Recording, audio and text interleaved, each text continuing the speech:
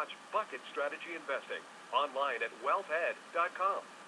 Now back to New Focus on Innovation on AM 1220 KDOW.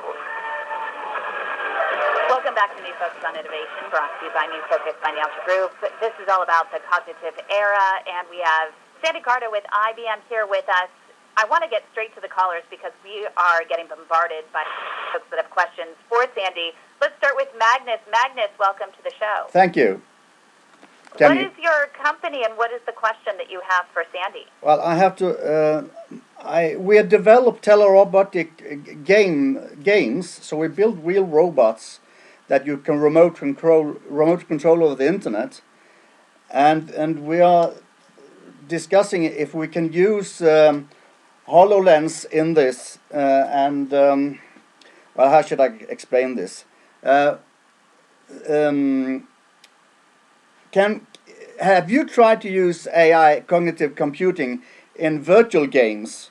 So when people log into a game, the virtual opponent behaves like as it was a real person. Because we are trying to use this technology in real robots. So people log in and remote control real robots over the internet. So we've taken military equipment and put in toys.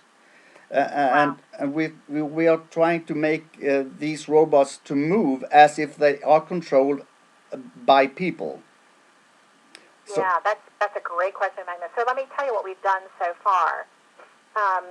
We have, first of all, we've got a robot today that's in at a hotel chain as a proof of concept, and the robot actually acts as a concierge.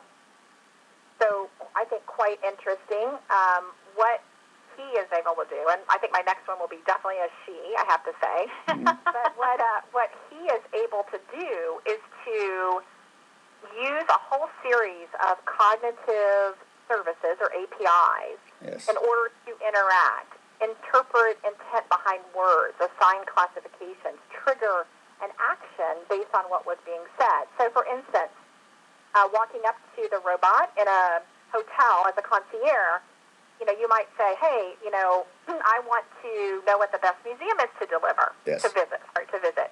Yes. And the robot would then classify and say, okay, a museum's a place, let me do that classification, let me figure out the museums close by, yes. and then trigger an answer based on that trained material.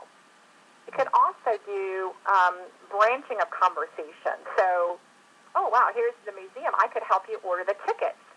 And the person could say, great, I need 2 adults. And then they could upsell or even cross-sell, like, could I also get you tickets to the private exhibit for fine arts? It's only here for 2 more weeks. So the robot could, with cognitive, bridge the gap between speech and text, make speech searchable in the data, convert the speech or the text into multiple languages as well. Okay.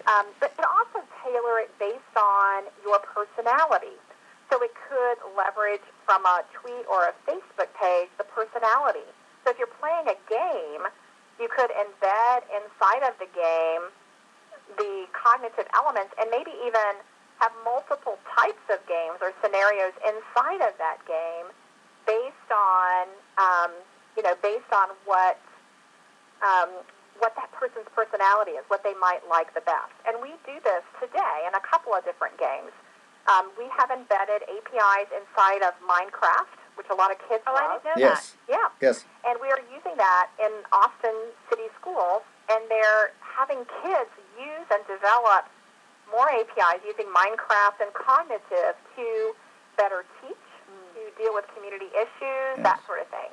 We've also embedded in San Jose, there's a city simulator game to make the city more efficient, and we've embedded cognitive into that simulation game. Okay.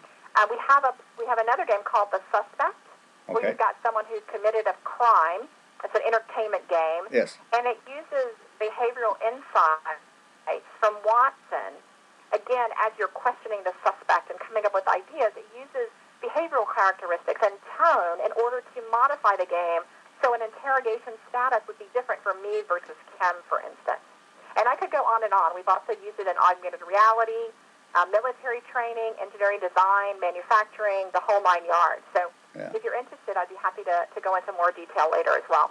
I can definitely put you in touch after the show, but we have someone else on the line. We have Thank you. Geir Christensen, who also has a question for you.